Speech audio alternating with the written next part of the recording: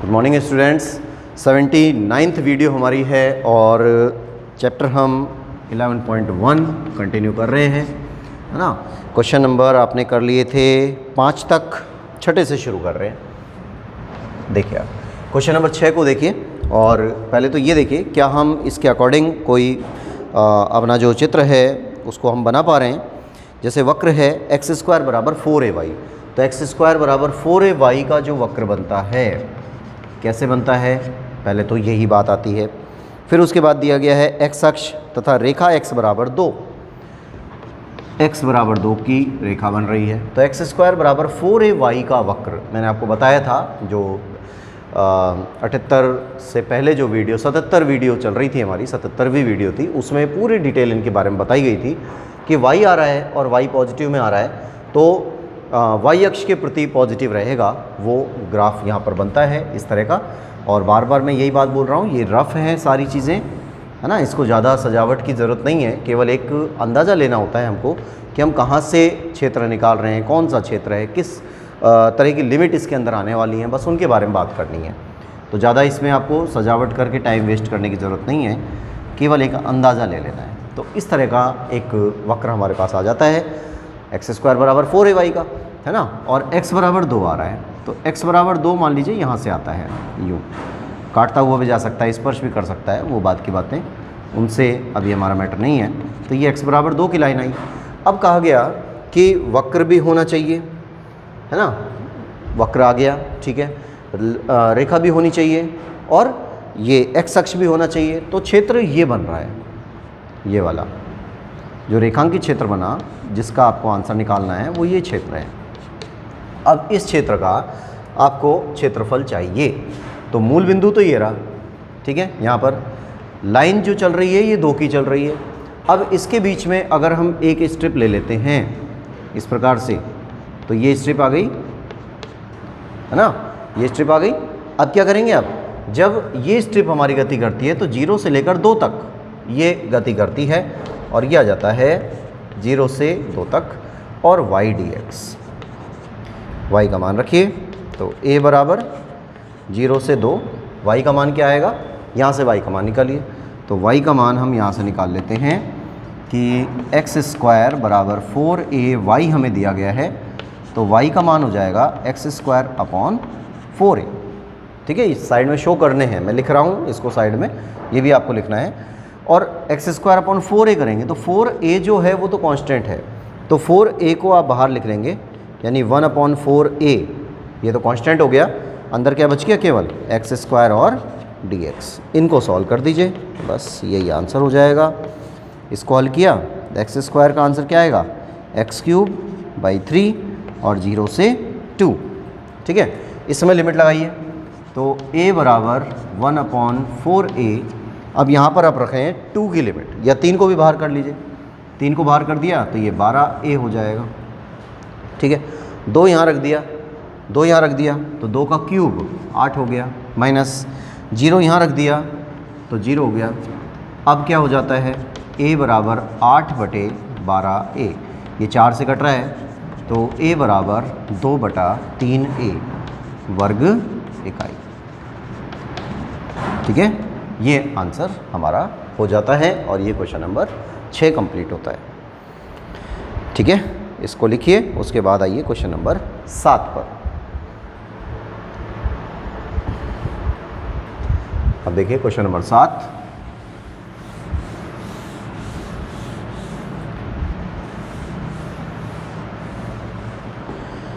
Number 7,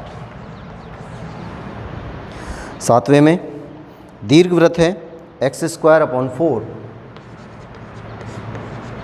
plus y² upon 9 equal to 1। ये दीर्घवृत्त का समीकरण हो गया। से परिबद्ध तथा x अक्ष के ऊपर की ओर स्थित क्षेत्र का क्षेत्रफल ज्ञात कीजिए। अब देखिए दीर्घवृत्त की कंडीशन हमारे पास आई थी और मैंने आपको बहुत डिटेल में ये सारी बातें बता दी थी। तो दीर्घवृत्त में मैंने आपको 2 चीज़ें बताई थी कि वे 2 प्रकार के दीर्घवृत्त हो सकते हैं। एक तो जहाँ पर x अक्ष जो इसकी 2 त्रिज्याएँ होती हैं, एक बड़ी त्रिज्या होती है और एक छोटी त्रिज्या होती है। तो कई जगह पर हमें ऐसा मिला कि जहाँ पर त्रिज्या बड़ी, जो बड़ी वाली त्रिज्या है वो x अक्ष पे आती है, और ऐसा भी होता है कि जो बड़ी त्रिज्या है वो वाई अक्ष पे आती है। तो अब इसको देखिए, चित्र को, मतलब समीकरण को, चित्र तो बाद में बनेगा, पहले इस समीकरण को देख के हमें ये बताना है कि ये कौन से प्रकार का दीर्घवृत्त है, एक्स अक्ष पे बड़ी त्रिज्या है या वाई अक्ष पे बड़ी त्रिज्या है। देख लो, यहीं से पता चल जाएगा कि अगर हम इसको दीर्घवृत्त के मानक समीकरण के रूप में लिख देते हैं तो ये हो जाएगा एक्स स्क्वायर अपॉन में 2 का स्क्वायर और वाई स्क्वायर बटे 3 का स्क्वायर बराबर 1 हो गया। ठीक है, ए का मान 2 है, बी का मान 3 है, यानी बी बड़ा है। बी बड़ा है मतलब वाई अक्ष पे चल रहा है ना। तो इसका जो चित्र बनेगा वो कैसा बनेगा, इस तरह का, यूँ बनेगा। ठीक है, ये तो 2 दूरी हो गई और ये वाली 3 दूरी, यहाँ से यहाँ तक की 3 दूरी, यहाँ से यहाँ तक की 2 दूरी, कंप्लीट है। अब हम यहाँ पर एक स्ट्रिप ले लेते हैं। अब ये दोनों तरफ जा सकती है स्ट्रिप, वाई अक्ष पे भी चल सकती है, एक्स अक्ष पर भी चल सकती है। तो केंद्र तो 0 है ही। अब जो क्षेत्र बना हमारे पास, जिसका आंसर हमें निकालना है, जो क्षेत्र निकालना है, पहले इसको हम रेखांकित कर देते हैं। ये क्षेत्र है ना। उसने ये कहा कि भाई एक्स अक्ष के ऊपर का क्षेत्र चाहिए, तो एक्स अक्ष के ऊपर का क्षेत्र तो यही होगा, ऊपर वाला। तो हम इसके बारे में बात कर रहे हैं, फिर इसका डबल कर देंगे तो ये आंसर भी आ जाएगा, तो दोनों क्षेत्र आ जाएंगे। तो इसका हम 2 से गुणा कर लेते हैं, 0 से 2 पर जा रहे हैं और यहाँ पर आ जाएगा वाई डी एक्स। ठीक है, अब वाई का मान ले आओ। सवाल ये जो दिया गया है कि x square upon 4 plus y square upon 9 equal to 1 है। अब चाहिए आपको वाई का मान। वाई का मान चाहिए तो पहले एक्स स्क्वायर बाई 4 को उधर भेज देते हैं, तो वाई स्क्वायर अपॉन 9 बराबर 1 माइनस एक्स स्क्वायर बाई 4, ये आया। और यहाँ लघुत्तम कर दिया तो वाई स्क्वायर अपॉन 9 हो गया बराबर 4 को इधर भेज दिया, 4 माइनस एक्स स्क्वायर बटे 4, 9 को यहाँ भेज दिया, तो वाई स्क्वायर बराबर 9 बटा 4, 4 माइनस एक्स स्क्वायर। ठीक है, पर वाई स्क्वायर का मान नहीं चाहिए, मान चाहिए वाई का, तो अंडर रूट करना पड़ेगा। और अंडर रूट कर दिया तो वैल्यू आ जाती है वाई बराबर, इसका अंडर रूट करेंगे पूरे का, तो ये तो बाहर ले लेते हैं 3 बटा 2 और अंडर रूट हो गया 4 माइनस एक्स स्क्वायर। ठीक है, तो ये वाई का मान निकल गया। इस वाई के मान को यहाँ रख देते हैं, तो ए बराबर 2 तो बाहर चली रहा है, 0 से 2 हो गया, वाई की जगह पर 3 बटा 2, तो 3 को यहाँ लिखा, बटे में 2 लिखा, under root 4 minus x square और डी एक्स। अब देखिए इसको भी लिख सकते हैं, अभी 2 से 2 कट गया, 3 आ गया, 0 से 2, और इसको हम सूत्र के तौर पे लिख सकते हैं, तो 2 का स्क्वायर माइनस एक्स स्क्वायर और डी एक्स। अब ध्यान रखिए, अभी पिछले वीडियो में जो हमने बात की थी उसमें एक सेम यही फार्मूला आया था वृत्त के लिए, आया था ना, ए स्क्वायर माइनस एक्स स्क्वायर। तो मैंने क्या बोला था कि ये एक्स स्क्वायर माइनस ए स्क्वायर माइनस एक्स स्क्वायर का फार्मूला सबसे ज़्यादा बार प्रयोग में आने वाला है। तो इसका सूत्र आपको याद हो गया होगा। अब मैं नहीं लिख रहा हूँ साइड में, क्योंकि वहाँ पहली बार आया था तब मैंने लिखा था। अब आप इसको साइड में लिखेंगे और इसका हल हम करना शुरू करते हैं। जैसे ए बराबर 3 बार चली रहा है, अब इसको डायरेक्ट लिख रहे हैं, तो 0 से 2, इसको बाद में लगाएंगे लिमिट को, और a square minus x square बन रहा है। A square minus x square का मतलब हो गया x by 2 under root a square minus x square plus a square by 2 sine inverse x upon a और 0 से 2, ये मान आ गया। फिर 3 चल रहा है, एक्स बाई 2 है। अब आपको यहाँ पर लिमिट का प्रयोग करना है। लिमिट का प्रयोग करेंगे तो पहले हम अपर लिमिट लगा रहे हैं, है ना, उच्च सीमा लगा रहे हैं। उच्च सीमा का प्रयोग यहाँ पर करते हैं, तो देखिए क्या क्या आता है। यहाँ पर रख दिया 2, 2 बटा 2 कर दिया, 1 हो जाएगा, कोई प्रॉब्लम नहीं है। फिर यहाँ जाइए, यहाँ पे 2 रख दिया, 2 का स्क्वायर 4, ये भी 4, 4 माइनस 4 हो गया, 0 हो गया, 0 से इसका गुणा हो गया, ये भी 0 हो गया, सारा खत्म, है ना। तो 0 प्लस, फिर इधर आ जाइए, 2 का स्क्वायर बटे 2 मतलब 2 आ गया, 4 में 2 का भाग लगा देंगे तो 2 आ जाएगा। फिर यहाँ जाइए, 1 रख, यहाँ पे 2 रख दिया, 2 बटा 2 1 हो गया, तो साइन इनवर्स 1 हो गया। फिर निम्न सीमा लगानी है, लोअर लिमिट लगानी है। लोअर लिमिट को यहाँ पे रखा हमने, यहाँ पे 0, 0 बटा 2 कर दिया तो आंसर 0, है ना। 0 का गुणा इससे हुआ 0, खत्म। तो ये वाला जो पोर्शन है ये 0 हो गया। फिर प्लस, अब इसका आंसर तो 2 आएगा, साइन इन्वर्स यहाँ 0 आएगा, 0/2 होगा तो ये वाला 0 हो गया। जब ये 0 हो गया तो साइन इन्वर्स वाला पोर्शन भी 0 हो गया। ये 0 हो गया तो इससे गुणा हो गया, ये भी 0 हो गया, तो सारा 0 हो गया और आंसर फिनिश। ठीक है, अब उसके बाद जब हम आगे बढ़ते हैं तो ये 3 तो बाहर रहने दें, अभी 0 का कुछ नहीं करना, इसको सॉल्व करते हैं। 2 साइन इन्वर्स, ये जो 1 है ये कितने डिग्री पे आता है, π/2 पे आता है ना। पीछे वाला तो 0 है तो उसको सॉल्व करने की ज़रूरत ही नहीं है, कुछ नहीं करना उसका। अब साइन से ये साइन कैंसिल हो गया, 2 से ये 2 कैंसिल हो गया, बचा क्या 3π। और आंसर क्या आया कि इस दीर्घ वृत्त का जो आंसर हमारे पास आया वो आएगा 3π। ठीक है, ये क्षेत्र हमको प्राप्त हुआ और ये क्वेश्चन नंबर 7 है, इसको नोट करिए। और उसके बाद अब आते हैं हम क्वेश्चन नंबर 8 पर। क्वेश्चन नंबर 8 देखते हैं।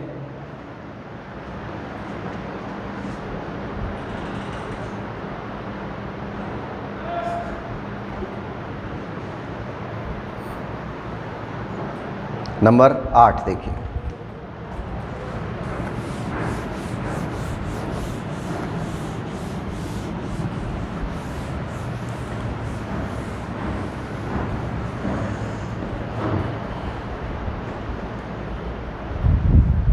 नंबर 8 क्वेश्चन है कि दीर्घवृत्त x² + y² + b² = 1 का संपूर्ण क्षेत्रफल ज्ञात कीजिए। तो x² +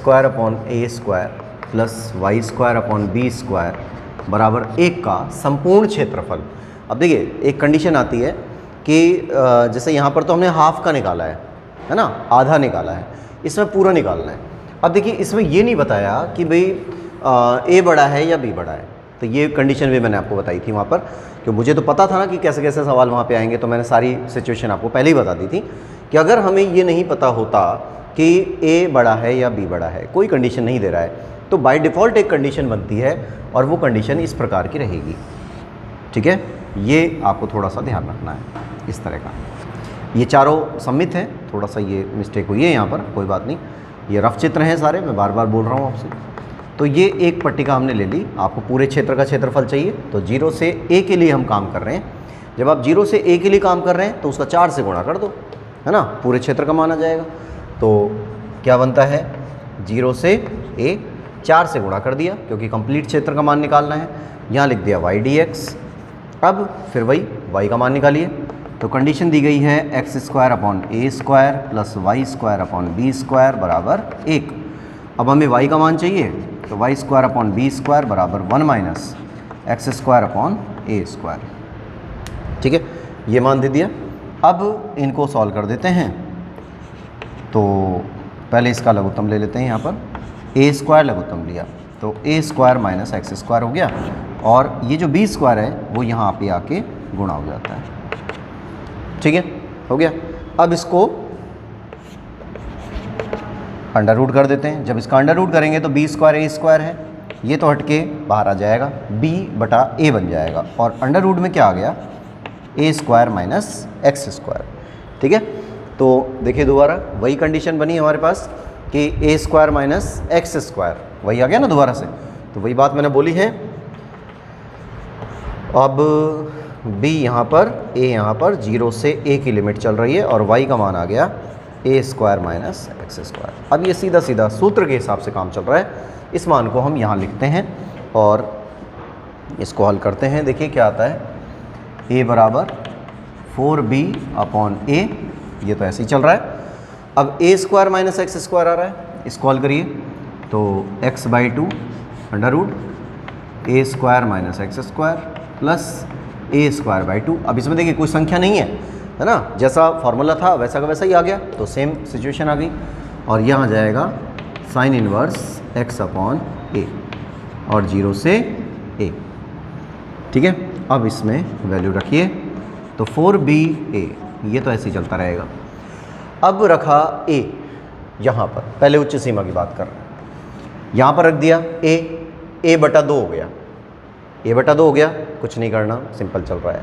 फिर a² आ गया, a² आया, a² - a² कर देंगे, 0 हो जाएगा। 0 का गुणा इससे हुआ, सारा 0 हो गया, तो 0 प्लस, फिर इधर आ जाइए, ए स्क्वायर बाई 2, ये ऐसे ही चल रहा है, ए स्क्वायर बाई 2, फिर साइन इनवर्स है, ठीक है, ए यहाँ पे रख दिया, ए बटा ए, एक हो जाएगा, तो यहाँ पर इसको हम लिख देते हैं 1, फिर माइनस 0 है, 0 को यहाँ रखा। अब देखिए 0 वाली कंडीशन आती है, बड़ी आसान हो जाती है ना, तो 0 बटा 2 हो गया, 0 हो गया, 0 का गुणा इससे हुआ, ये भी 0 हो गया, तो पहला वाला पार्ट खत्म। फिर ए स्क्वायर बाई 2 आ रहा है, इसको ऐसे ही रहने दो अभी। फिर यहाँ पर जब x की जगह पर 0 करेंगे तो 0 बटा a का मान 0 हो जाएगा। अब 0 साइन इनवर्स में आ रहा है तो उसका आंसर 0 होगा। 0 का गुणा आप ए स्क्वायर बाई 2 से करेंगे तो 0 हो जाएगा, तो कंडीशन क्या आ गई, 0, है ना। तो मैं पहले ही बता चुका कि 0 वाला जो मैटर आता है ये बड़ा ही आसान हो जाता है अगर 0 होता है, तो काफ़ी सारी चीज़ें कट जाती हैं। अब आ जाता है a/4b अपॉन a, यहाँ से देखिए क्या बचा, ए स्क्वायर बाई 2, भाई आगे 0 है पीछे 0 है, सब खत्म, यही तो बचेगा बीच बीच का। और इसकी जगह पर हम क्या लिख देंगे, sine inverse sine pi by 2, sine से ये साइन कैंसिल होता है, तो a बराबर 4b upon A square by 2, और इसकी जगह से आ जाएगा पाई बाई 2, ठीक है। अब कुछ कट रहा है उनको काट दीजिए, बस यही आंसर होगा। तो 2 × 2 4 हो गया, 4 से ये वाला 4 कैंसिल हुआ, और a से एक a कैंसिल हो गया, तो बचता क्या है, पाई a b, ये बचता है, और यही हमारा आंसर होता है, पाई a b वर्ग इकाई, ठीक है। ये स्थिति हमारे पास आ जाती है, और ये क्वेश्चन नंबर 8 कंप्लीट। उसके बाद आ जाइए क्वेश्चन नंबर 9 पर। क्वेश्चन नंबर 9 में आए,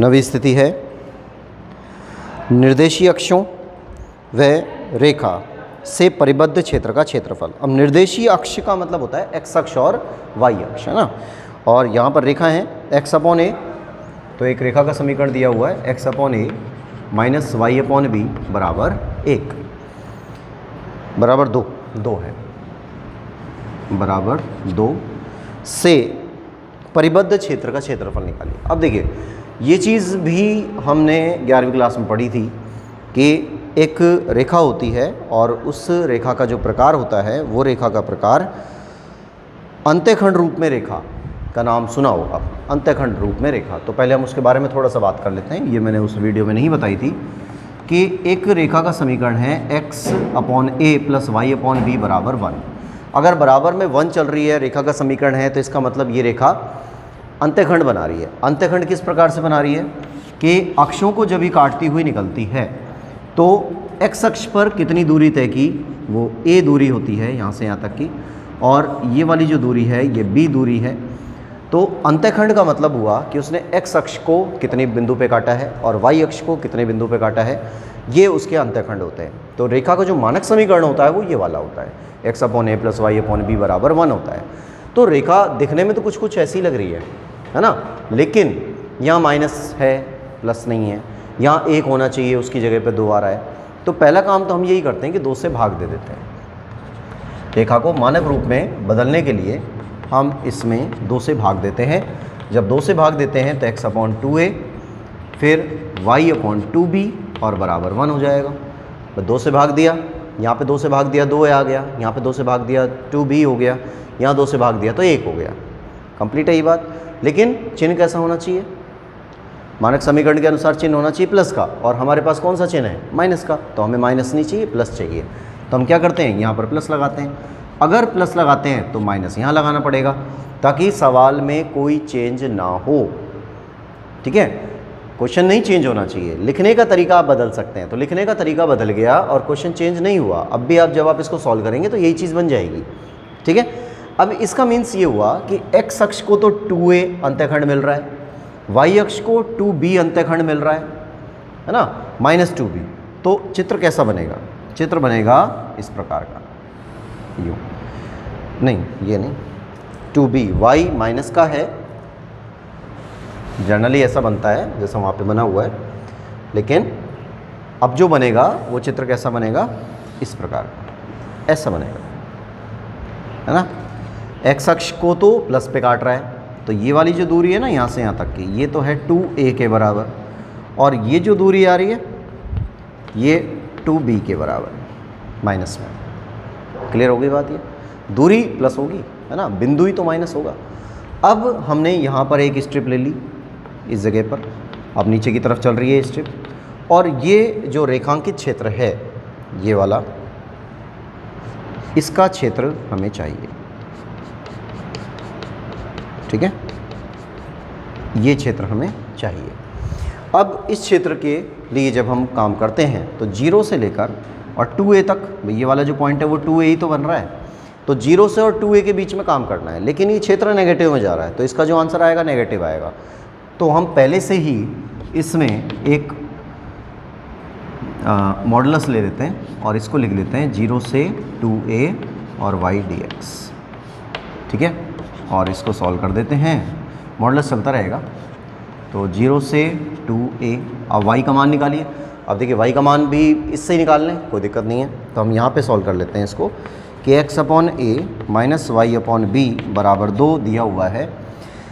y का मान निकालना है, इसको उधर भेज दिया, 2 को इधर भेज दिया, तो x अपॉन a माइनस 2 बराबर y अपॉन बी, इसका एलसीएम कर दिया, तो x minus 2a upon a बराबर y अपॉन बी, b को इधर भेज दिया, तो y की वैल्यू हमारे पास आती है b अपॉन a और x माइनस 2a, ठीक है, ये स्थिति हमारे पास यहाँ से आ जाती है।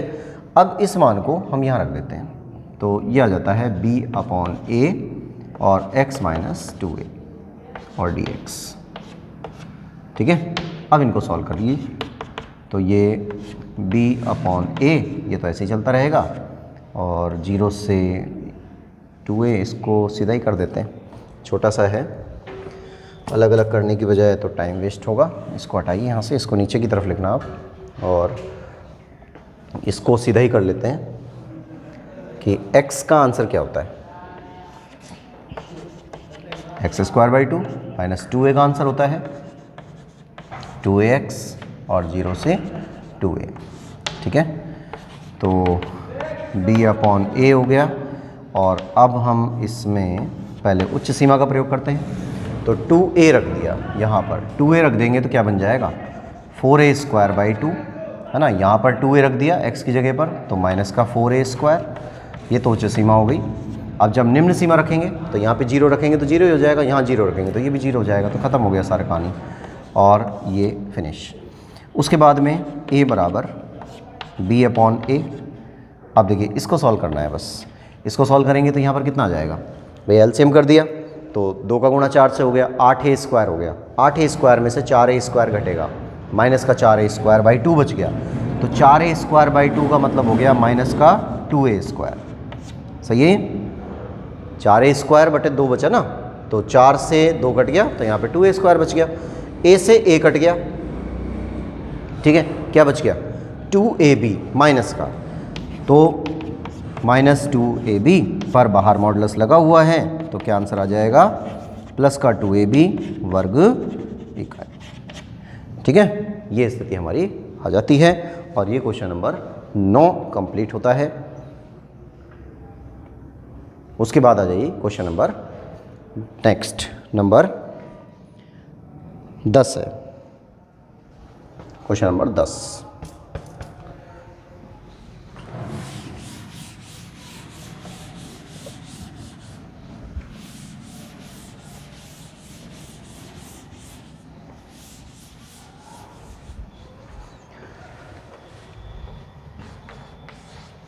क्वेश्चन नंबर 10 में वक्र रेखा x + 2y = 8, x + 2y = 8 और x = 2 x = 4, तो x = 2 और x = 4 ये दिया गया। तथा x अक्ष से घिरे क्षेत्र का क्षेत्रफल निकालिए। अब देखिए इसमें भी चित्र बनाने की ज़रूरत नहीं है क्योंकि x बराबर 2 और x बराबर 4 आ रहा है, तो इससे हमें बिंदु का पता चल जाएगा कि रेखा कहाँ से गुजर रही है। अगर हम x बराबर 2 को यहाँ रख दें, x बराबर 2 रेखा, इसको नंबर 1 डाल देते हैं, रेखा 1 में रखने पर, रेखा 1 में रखने पर तो x बराबर 2 यहाँ रख देते हैं। देखिए क्या आता है y का मान, 2 यहाँ रख देंगे, उसको उधर भेज देंगे 6 हो जाएगा, तो y बराबर 3 आ जाएगा। तो y बराबर 3 हो गया, तो उससे बिंदु बन गया 2 और 3, एक बिंदु तो ये बन गया। इसी तरीके से रेखा 4, ये x बराबर 4 रेखा 1 में रखने पर तो क्या वैल्यू बनती है, x बराबर 4 रेखा 1 में रख रहे हैं तो x बराबर 4 को आपने यहाँ रखा, 4 को उधर भेज दिया, 4 हो गया, 2 का भाग लग गया, 2 आ गया, तो y बराबर 2 आएगा, है ना। तो बिंदु क्या बना, 4 और 2। अब आपको इस अक्षों पर, जो x अक्ष और y अक्ष हैं, उस पर ये बिंदु सेट करने हैं। x अक्ष पे 2, y अक्ष पे 3, तो x अक्ष पे 2 और y अक्ष पे 3, या इनकी भी ज़रूरत नहीं है, एक शॉर्टकट है अपने पास पहले से ही, रहने दीजिए, इतना लंबा चौड़ा काम करने की ज़रूरत नहीं है, नहीं तो फिर ये ग्राफ ज़्यादा बड़ा हो जाएगा। तो एक शॉर्टकट तरीका वही जो पहले बता रखा था कि आपको करना क्या है, जब x के दोनों मान दिए हुए हैं तो कुछ भी मत करिए, x के दोनों मान दिए हुए हैं तो 2 से 4 सीधा हो गया, है ना। और यहाँ से y का मान निकाल लीजिए, भाई y dx से तो लिखते हैं, तो यहाँ से y का मान हम निकाल लेते हैं कि x + 2y बराबर 8 हो गया, इसको उधर भेज दिया तो 2y बराबर 8 - x बटे में 2 आ जाएगा, तो ये 2 हट गया यहाँ से, ठीक है। इसको हल कर दीजिए बस, और कुछ नहीं करना। तो 2 से 4 की लिमिट हो गई, 8 - x हो गया, ये dx हो गया। चित्र वगैरह नहीं बनाना पड़ेगा इसमें, क्योंकि जो 2 लिमिट दे दी है तो चित्र की बाउंडेशन ख़त्म हो जाती है। चित्र के लिए फिर टाइम वेस्ट करने की ज़रूरत नहीं, क्योंकि इस तरह के जो सवाल होते हैं वो 1 नंबर में दिए जाते हैं अक्सर, तो उसमें आप चित्र भी बनाएंगे, फिर आप उसको सॉल्व भी करेंगे तो वो टाइम ज़्यादा लेगा, इसलिए हम इसको डायरेक्ट करते हैं। 8 का करेंगे तो 8x, इसका करेंगे तो x² 2, और 2 से 4 हो गया, इनको सॉल्व कर दिया। 1/2 पहले अपर लिमिट लगाई, 4 यहाँ लगाया, 8 चौक 32 हो गए, -4 यहाँ किया, 16/2 हो गया 8, फिर 2 लगाया तो 8 दूनी 16 हो गया, फिर माइनस यहाँ 4 हो गया, 4 में 2 का भाग 2 हो गया। इसको सॉल्व करिए तो 1/2 हो गया, 32 में से 8 गए, कितने बच गए 24, और माइनस यहाँ से 16 में से 2 गए, 4 बच गए, ये हो गए 10/2 और बराबर 5 वर्ग इकाई, ठीक है। ये स्थिति हमारी आ जाती है।